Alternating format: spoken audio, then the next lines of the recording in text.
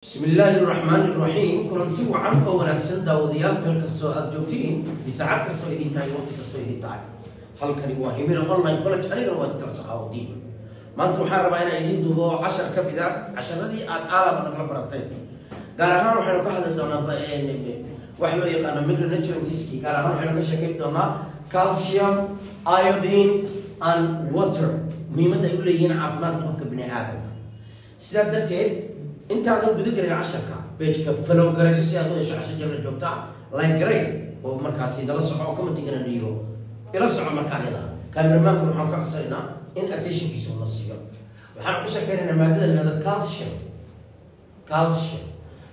marka laga hadlo qofka bini'aadamka waxa ku soo dhacaysa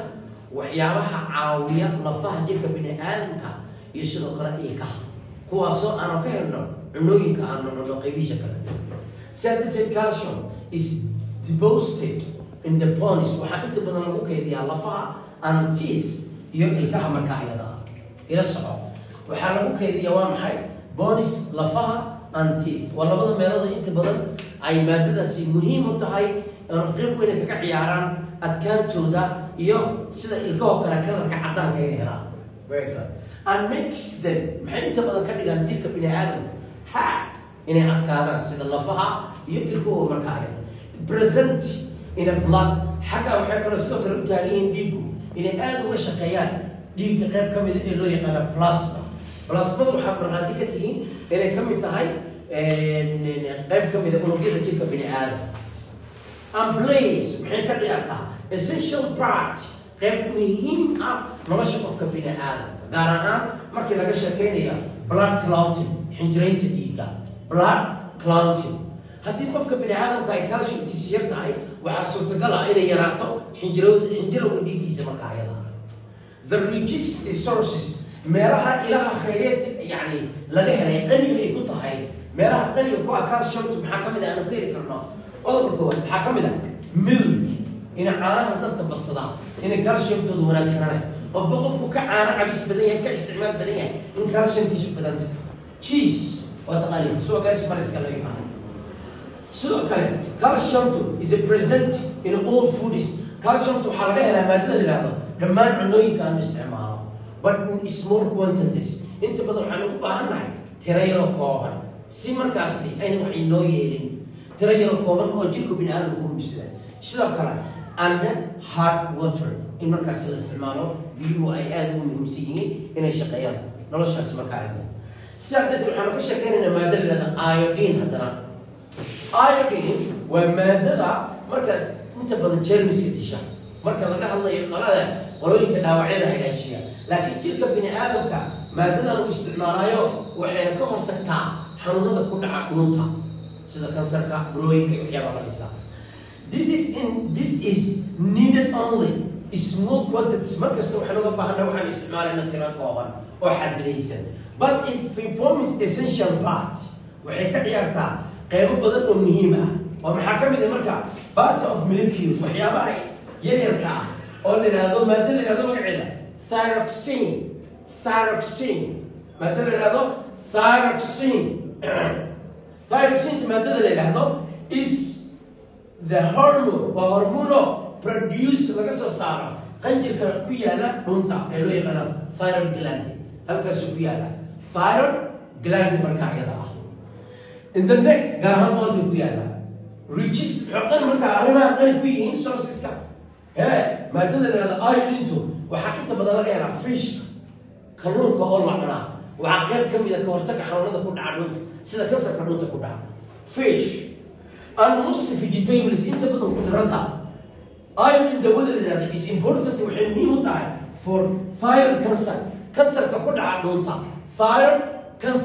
kansarka ku dhaca dhunta inaynu ka hortagno sidaa darteed walaalayaal waxaanu raacin doonaa water waa maxay muhiimad biyuhu leeyihiin water nolosha qofka bini'aadamku biyuhu halkay kaga jiraan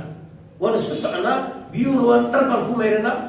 ku mayrnaa laakiin inaynu isticmaalnaa maxay muhiim u tahay water waxaa lagu qiyaasayaa about 70% boqolkiiba 70 jirka bini'aadamka tissue nudayaashiisu contain waxay ka kooban yihiin water biyo and its essential parts iyo qaybo muhiim ah inay ka ciyaaraan maadada loo yaqaano cytoplasma si kala mid بلاسمادو marka dhiiga la kala qaado boqolkiiba 5 wuxuu ka sameeyay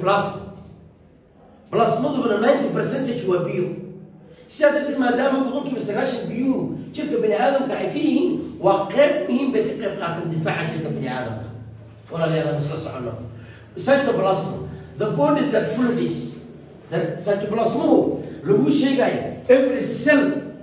kasta oo jirka bini aadamka ku yaala wuxuu leeyahay bu iyo cell buda subhanahu wa nucleus halkan waa maxay waa cytoplasm waa waxa ku hareeraysan nucleus si kastaba ha noqoto marka ayada waxa leenahay and the body fluids jarada jirka bini aadamka like the blood iyo nerve fluids qanjirada jirka bini aadamka are composed waxay ka kooban yihiin milk in a water bio sidoo kale digested food cunooyinka la dheefshiidayana waxaa qayb weyn ka qayb qaata biyaha vitaminada and minerals iyo macdanaduna sidoo kale carried round in the body jirka bini aadamka waxaa gaarsiiya geeya soo qaada dib u celiya waa vitamins marka ayada si dareero marka jirka muhiim si aad solution dareero waa muhiim jirka bini aadamka ka soo qaadita marka la sameeyo excretory qashinsaar excretion qashinsaarka excretory products qashinsaarka jirka bini aadamku sameeyo waxay ku xirantahay biyaha qofka bini aadamku uu cabo kiliyahaaguna caafimaadkooda waxay ku xiran qofka biyihiisa intuu leeyahay uu cabo such as waxyaabaha jirka laga saaro maxaa ka mid ah saltiska oo lagu daro urea remove si looga saaro daboola jirka dareerahaas oo inta badan ka samaysan waxyaabo jirka bini aadamka sun u ah inay ku hakadaan inay ku habbooneen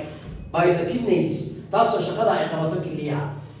and produce maxaa la soo saaraa digestion disease uses ayadoo la isticmaalaya water biyo to break down si loo burburiyo maxaa la burburinaya marka insoluble substances waxyaabaha aan milmeen insoluble substance waxyaabaha aan milmeen ayay markaas wax ka qabanaysaa si looga dhigo into the soluble substance wax milmi kara oo jirka ka bixi kara jirka markaas so darteed we lost water inta badan biyaha ayaan luminaa biyaha qaabkay ku luminaa by evaporation anagoo sameynayna wax loo yaqaan evaporation